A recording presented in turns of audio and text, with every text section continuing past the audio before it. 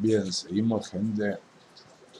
Vamos a entrarle al capítulo 13, que es la victimología en la ciencia penal. Repasamos capítulo primero, la criminología. Capítulo segundo, breve presentación de las principales escuelas criminológicas. Capítulo tercero, bases históricas del saber criminológico. El capítulo cuarto, el positivismo criminológico. El capítulo 5, el surgimiento de la sociología criminal. El capítulo 6, psicología criminal. El capítulo 7, paradigma etiológico y labeling approach. El capítulo 8, control social. El capítulo 9, la criminología en América Latina. El capítulo 10, la reacción punitiva estatal. El capítulo 11, leyes de ejecución penal y alternativa de la prisión. El capítulo 12, minimalismo, evolucionismo, agnosticismo y mediación penal.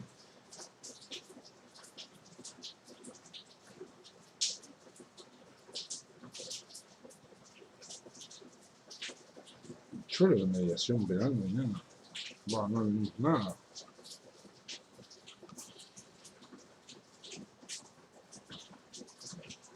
A ver, déjenme chequear nuevamente. O sea,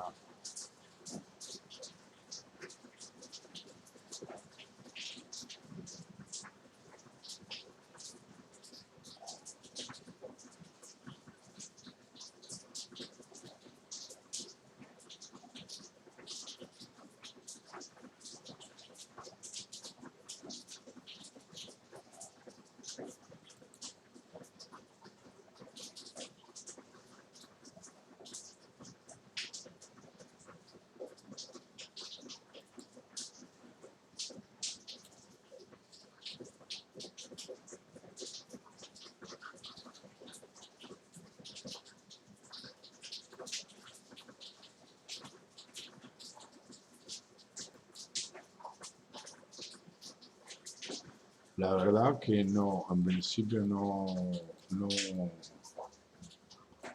hay nada sobre mediación penal. ¿Sí? Que a mí se podría hablar largo y extendido.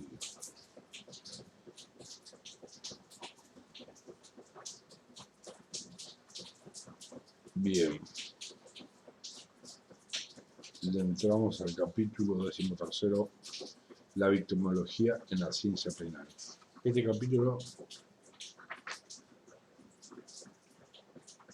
tiene título y ningún punto en su interior. Así que vamos.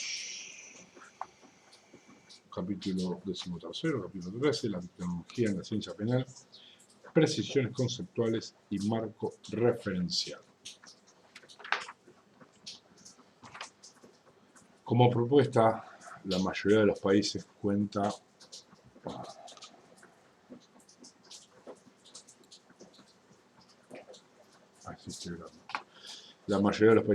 con códigos penales los que se encuentran redactados por el hombre, a través de los cuales se imponen límites a la capacidad, a los actos y omisiones, a las excusas absolutorias del obrar humano, a la emoción violenta, legítima defensa. En definitiva, se habla de pena y culpabilidad, imputabilidad, etc. Se intenta dar forma a las diferentes conductas.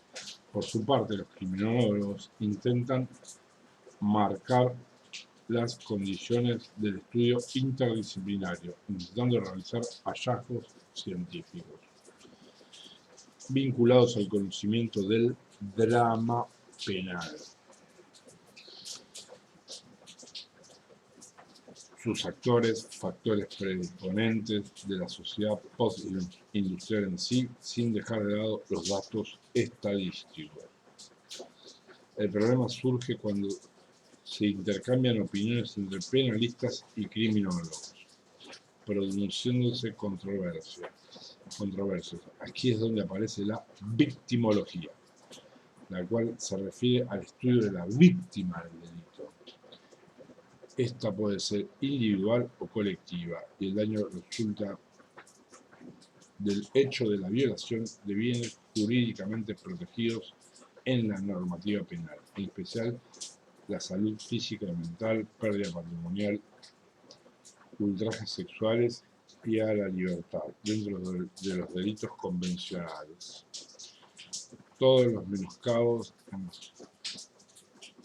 en fin, a que la somete la acción u omisión del victimario y que redunda de modo insoslayable en su existencia. Esta disciplina joven penetra en el campo de los derechos humanos, por ejemplo, cuando obrea por la ayuda y acompañamiento de la mujer golpeada o el niño maltratado, las que tienen su origen en formas de absoluta discriminación social y humana consentida en el mundo por los más diversos motivos determinados y losados de ámbitos metodológicos positivistas.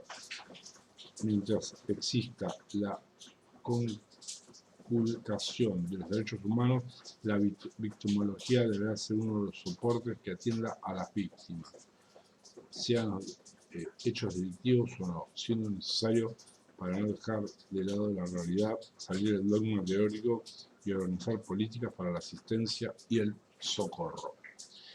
La víctima como objeto de la criminología.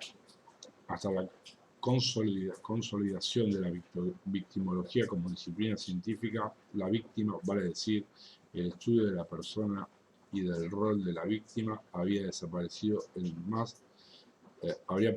más absoluto desprecio por parte no solo del sistema legal, derecho penal, procesal, etc., sino también de la política criminal y de ella criminología. La víctima, en el mejor de los casos, inspiraba solo compasión. La política criminal ha procurado anticiparse al crimen y prevenirlo, operando casi exclusivamente sobre el infractor en potencia, ¿no? El infractor en potencia, desconociendo la interacción que existe entre autor y víctima y la posibilidad de diseñar programas y medidas eficaces con respecto a determinadas personas y colectivos con elevado riesgo de convertirse en víctimas. A continuación, brevemente mencionaré qué dice la doctrina sobre el concepto de víctima. Según Alvin Esser, al referirse a la víctima, manifiesta que es la figura marginal del procedimiento penal, destacando que se diferencia del imputado por ser este último la figura central del mencionado procedimiento. Todo gira alrededor de su culpabilidad o inculpabilidad, a diferencia del proceso civil, en el cual el ofendido tiene un papel relevante, siendo desplazado en gran medida por el Ministerio Público en el proceso penal. En tal sentido, actúa solo como testigo del hecho. Esto es válido en el ordenamiento procesal alemán, a diferencia de gran cantidad de países latinoamericanos en los que aún existe el proceso civil. En Alemania, el derecho es riguroso en la separación respecto de la realización de la pretensión punitiva estatal por una parte, ¿sí?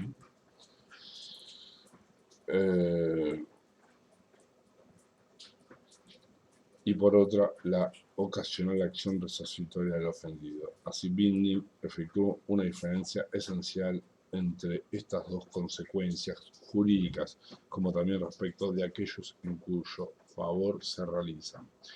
La reparación entendida desde el derecho civil, la cual es siempre a favor del ofendido, mientras que la pena se aplica para el Estado, el que al infringir la pena cumple con un deber. El autor citado precedentemente, al referirse a la reparación del ofendido dentro del sistema penal, menciona que el interés real de la víctima del delito no siempre es la reparación, entendiendo que ella quiere una reparación por los daños que le ocasionó el delito. Destaca a su vez que las prestaciones resarcitorias corresponden tradicionalmente al proceso civil, de que se caracteriza por ser muy largo y penoso, y de igual según la situación económica del autor, es posible que no logre la reparación económica deseada. Frente a esta situación, el derecho penal alemán, con el fin de ayudar al ofendido, lo hace, entre otras formas, de la siguiente manera. Le da la posibilidad al ofendido de hacer valer su pretensión resarcitoria contra el imputado ya en el procedimiento penal.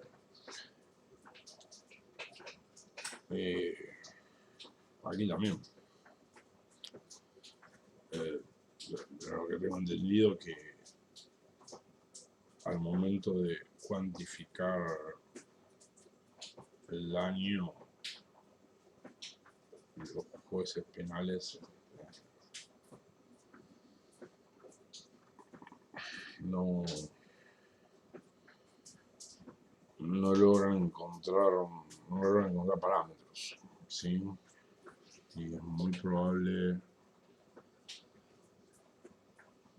que reciba menos la víctima de lo que eventualmente le correspondería en proceso civil. Hacer valer su pretensión resarcitoria contra el tiempo limitado, ya que en el procedimiento penal. Es cierto que son posibles otras soluciones para el resarcimiento del ofendido, destacando que hasta ahora el Estado se abocó de manera parcial al castigo del delito, dejando de lado a la víctima librada de la suerte, dedicándose actualmente con mayor atención, ya que la paz jurídica perturbada por el delito solo es restablecida cuando se hace justicia no solo al autor, sino incluyendo a la víctima también. A su vez, Hans Hirsch se refiere a la posición de la víctima en el derecho penal y el derecho procesal penal. Trata como tema central el problema del papel participativo del ofendido en el procedimiento penal. Emerge la necesidad, en relación a la pretensión punitiva por motivos jurídicos penales, de reconocer al ofendido una participación junto al fiscal que vaya más allá del papel de testigo.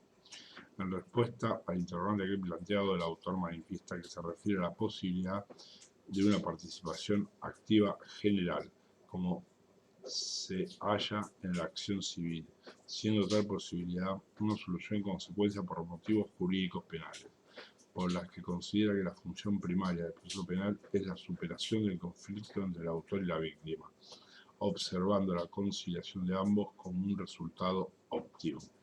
La participación activa general del ofendido resulta forzosa, encontrándose el autor y la víctima uno enfrente del otro como parte de un proceso civil. Asimismo, si la pretensión punitiva estatal se resume en la lesión de los intereses de la víctima, se torna pensable que se le brinde al ofendido facultad general de participación. Por su parte, Neumann manifiesta que sin la presencia de la víctima no es posible explicar el fenómeno criminal. Destaca que será preciso su análisis e investigación, lo que denotan en diversos delitos la tangible interacción con el delincuente, a punto tal que sin ella no puede comprenderse debidamente la conducta de éste. La víctima, para eludir eufemismos, no se encuentra más allá del bien y del mal, simplemente más allá del bien y del mal. Obra de Nietzsche. No se encuentra más allá del bien y del mal, simplemente que las conclusiones mayormente son sorpresivas, cuando irrumpe activamente, provocando en sentido genérico, colaborando y hasta solicitando la conducta criminal que humana y penalmente la agrede. El avance en el estudio repercutirá saludablemente para una mejor consideración y amparo de las víctimas. Y más aún, en cuanto a la inmunización privada o estatal, reconociéndoles los derechos humanos inherentes a su propia dignidad, su incapacidad proveniente del delito, su dolor y el de sus familiares.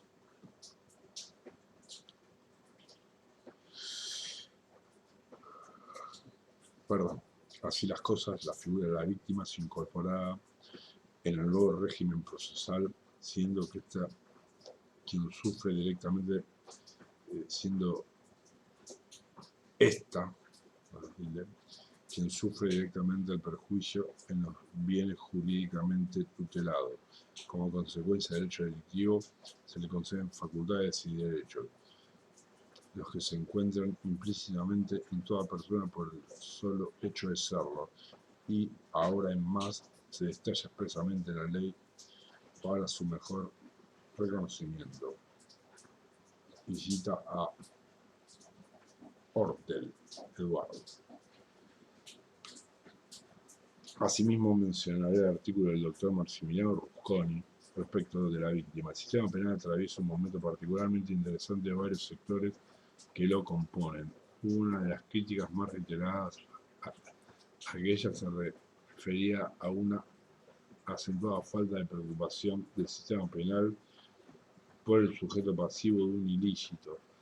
Ha obligado a que se analice la racionalidad de varios presupuestos teóricos y también prácticos que hasta hoy eran vistos como poco menos que inmutables y formando parte de la conservación de ciertos extremos más o menos fijos que constituyen el ámbito tranquilizador que siempre requieren los juristas.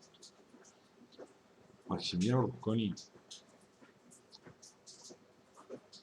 bueno, fíjense, creo que en un currículum de internet.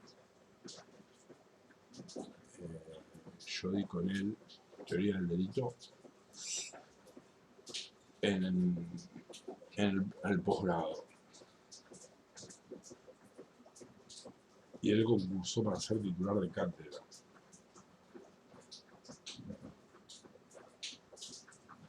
Y el jurado lo desaprobó. El jurado necesariamente, no sé por qué no estaba quedado, creo que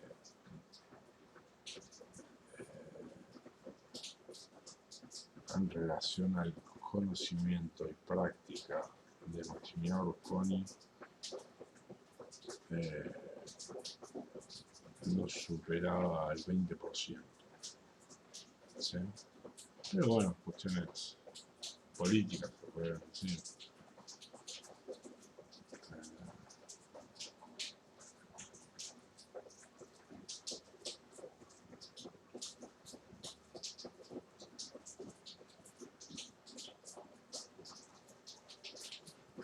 Un jurado que sabe o conoce infinitamente menos el aspirante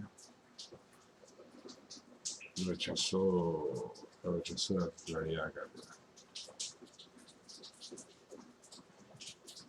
Ah.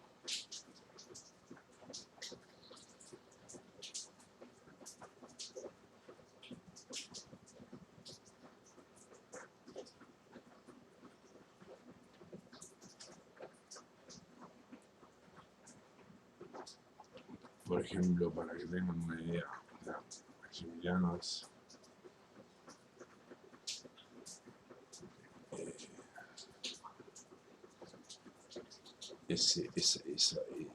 posee esa virtud de ser un teórico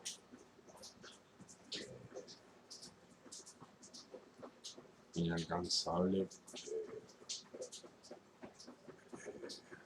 sumado a una práctica profesional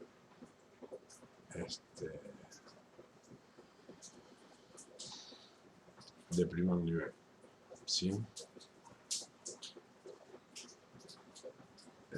De hecho, defendió a un expresidente, ¿sí? O sea, para que tomen funciones de quién es.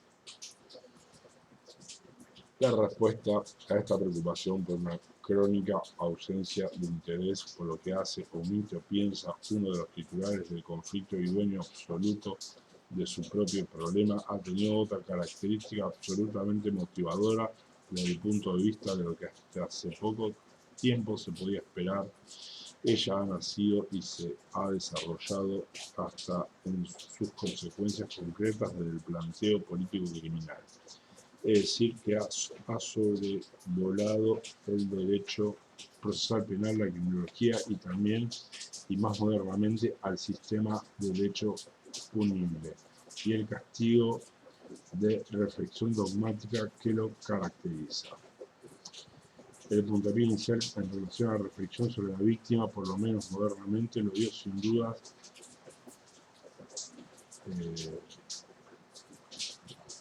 la criminología a través de los trabajos embanderados en la naciente victimología.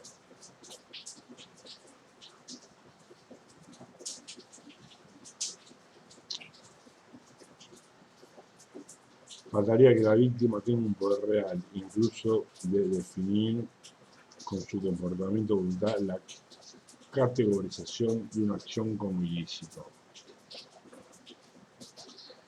Víctima y mínima intervención. En la dogmática penal moderna, sobre todo a partir del desarrollo normativo del ilícito a través de la imputación objetiva, se ha hecho lugar bajo diferentes terminologías en base a universos de casos, en ocasiones autónomos, pero a menudo convergentes, a la posibilidad de que el comportamiento de la víctima defina o codetermine el ilícito y su exclusión. Los próximos puntos estarán destinados a repasar estos ensayos dogmáticos, procurando dejar instalada la preocupación por la necesidad de reflexionar de modo unívoco sobre la relación entre víctima y teoría del delito. Sin embargo, ya aquí conviene adelantar la opinión favorable en relación con la tendencia general. La consideración de la víctima en la dogmática penal viene impuesto por impero del principio de mínima intervención o última ratio. En primer lugar, no cabe duda sobre las consecuencias ciertamente reductoras del derecho penal que provoca este desarrollo parcial de la imputación en nivel de ilícito a la luz del comportamiento de la víctima. Se trata claramente de una multiplicación de situaciones negativas de atipicidad y con ello una minimización del ámbito de la actuación del tipo penal. El contenido más esencial del principio de mínima intervención obliga a detener la intromisión de la protección penal a través de la definición como ilícito de una conducta. En los casos en los cuales existen buenas posibilidades que se cuenten con estrategias de solución de conflictos menos violentas que la utilización del sistema penal o cuando el ingreso del derecho penal no está legitimado desde el punto de vista de ciertos presupuestos sociales, como por ejemplo cuando la víctima no desea, no merece ni necesita protección alguna. Quizás en ello resida una de las líneas más ricas del trabajo dogmático dirigido a la colaboración del propio sistema de derecho punible en la racionalización del poder penal del Estado. De este modo, la actividad del delito en el lugar quizás más sostenible política criminalmente, en el que la fundamentación del ilícito logra otorgar una necesaria cuota de personalización e individualización del conflicto que debe interpretar en términos normativos. Ahora, el supuesto de hecho no es solo un ilícito que presenta como datos aquellos tópicos que son considerados como relevantes desde una aplicación mecánica de las palabras de la ley, sino que vuelve de a poco a constituirse en un conflicto que engloba en un proceso comunicacional a los roles del autor y la víctima. A diferencia de lo que sucede con otros requisitos de fundamentación del ilícito que pueden ser extraídos sin ningún esfuerzo del principio de legalidad, se trata aquí de elementos que indudablemente requieren un trabajo hermenéutico mucho más intenso y que por ello no resultan de ninguna aplicación silogística de la ley penal.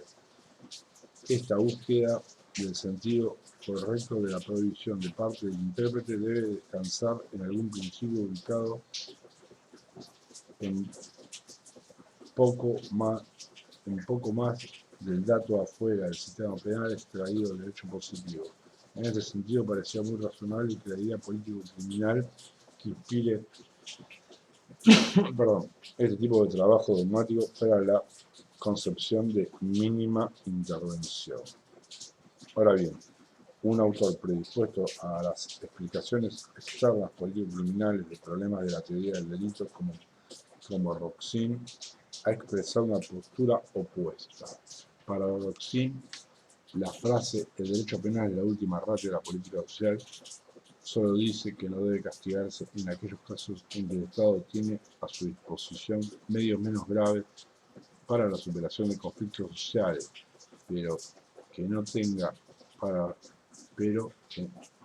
pero no que tenga que renunciar a su intervención cuando el propio ciudadano se pudiera proteger.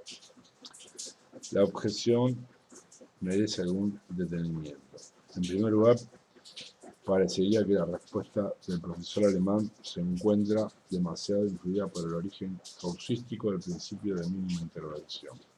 Es por eso que se cree que solo son casos de mínima intervención aquellos que han servido para dar luz al principio. Mínima intervención es necesidad de retractación del ámbito protagónico del poder estatal y ello a la luz de más de una razón. Esta mínima injerencia no solo descansa en la idea de otro medio de política social menos dañoso,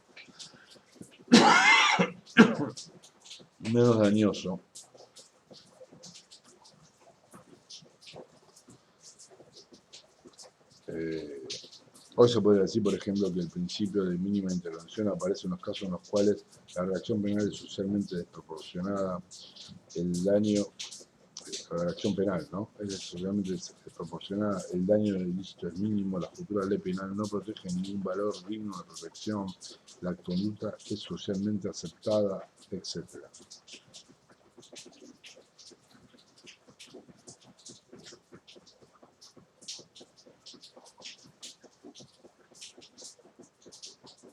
Eso de la conducta socialmente aceptada es propio de la teoría objetiva, de la imputación objetiva. El principio de mínima intervención como garantía fuerte del contenido político criminal tiene una entidad muy claramente definida. A diferencia de otros conceptos muy bastardeados por la ciencia jurídico-penal como el principio de culpabilidad o el de inocencia, este axioma solo ofrece datos utilizables por un programa de retracción del modelo de control penal. No hay en la máxima de última ratio ningún porcentaje de contenido legitimante. No queda debidamente claro por qué los comportamientos cuidadosos de la víctima deben ser excluidos del catálogo de medios menos graves para la superación de los conflictos sociales, sobre todo cuando no se espera de la víctima comportamientos especialmente cuidadosos o excepcionales, sino una mínima protección de sus derechos, de sus propios derechos. La compensación de culpas en derecho penal. En primer lugar, en la dogmática penal se habla desde hace bastante tiempo de la compensación de culpas. Con ello se hace referencia a que en ocasiones el resultado disvalioso es codeterminado por un accionar imprudente de la propia víctima. A ver, con ello se hace referencia a que en ocasiones el resultado disvalioso es codeterminado por un accionar imprudente de la propia víctima. Los ejemplos son claros a menudo en el tráfico automotor. La muerte de una persona es debida a la imprudencia del conductor, pero también a su propio actuar negligente. Aquí la acción negligente del autor e imprudencia de la víctima son ambas configurantes del resultado.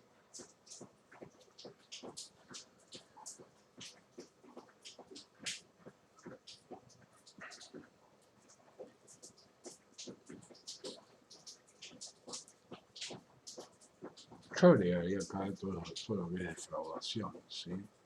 Donde la víctima cree que está haciendo el negocio de su vida, ¿sí? La ambición, su propia ambición lo lleva a enrolarse en el papel de víctima, luego de haber sufrido la defraudación. Durante los años posteriores a la instalación del lema compensación de culpa, la doctrina y la propia jurisprudencia, sobre todo en España, negaba toda posibilidad de otorgar alguna relevancia al fenómeno para la definición de la ilicitud. En general, se sostenía que la llamada compensación de culpas tenía un claro origen privatista y solo en ese ámbito debe tener alguna incidencia. En esta línea solo aparecían las opiniones disonantes, aunque absolutamente importantes, de Binding y Carrara, que opinaban que la culpa de la víctima, llegado el caso, podría tener la capacidad sistemática de excluir la responsabilidad del autor.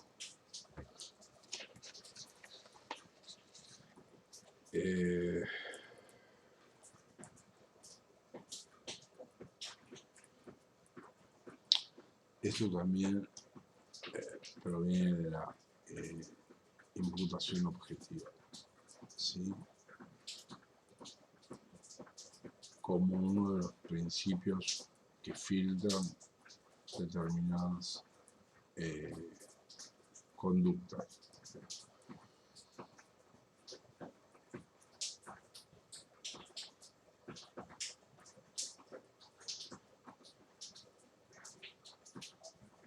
Bien, no me voy a meter en imputación objetiva, pero es uno de los principios. Bueno, me levanté temprano para, mientras la gorda duerme, terminar el libro.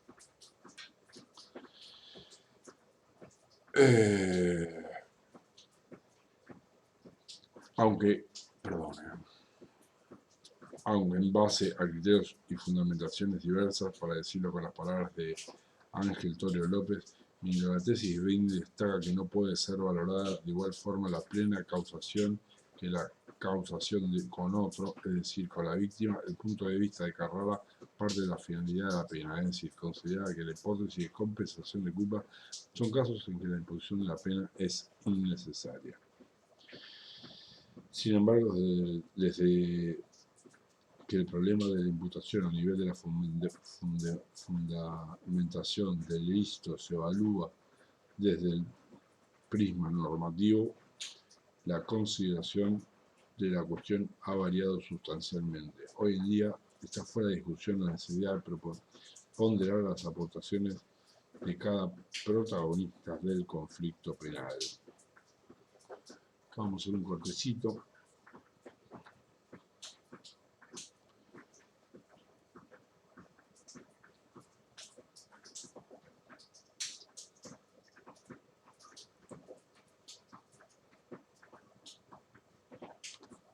Solo quiero decir tres cosas, o mejor dicho, mencionar tres casos que he vivido.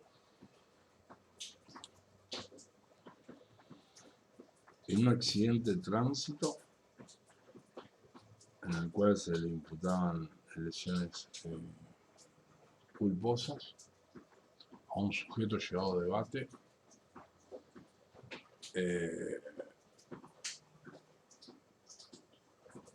la víctima, que hacía de testigo simplemente, dijo: yo lo único que quiero es que me reparen la moto, no me interesa que alguien vaya preso.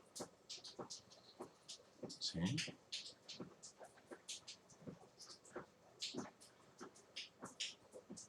Testimonio que dan en cuenta, ¿no? Al momento de decidir. Obviamente fue absuelto el imputado.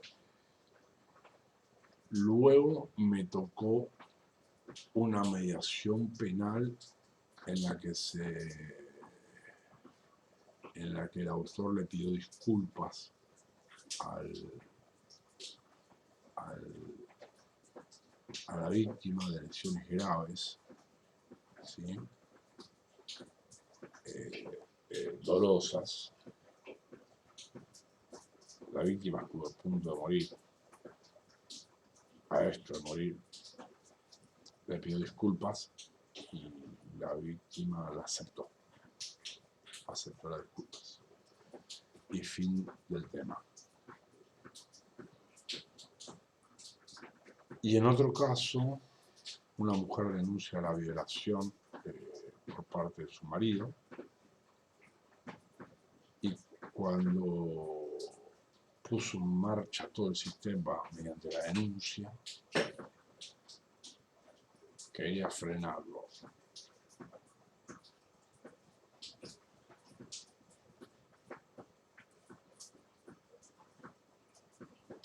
Por el amor a su marido, no, porque su marido paraba la olla. Y la denunciante decía, ¿y ahora qué hago? ¿De qué vivo? Nada, quiero ser ilustrativo de cuestiones que vi en primera persona. ¿Sí?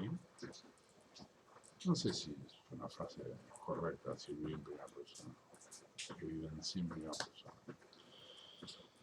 O directamente.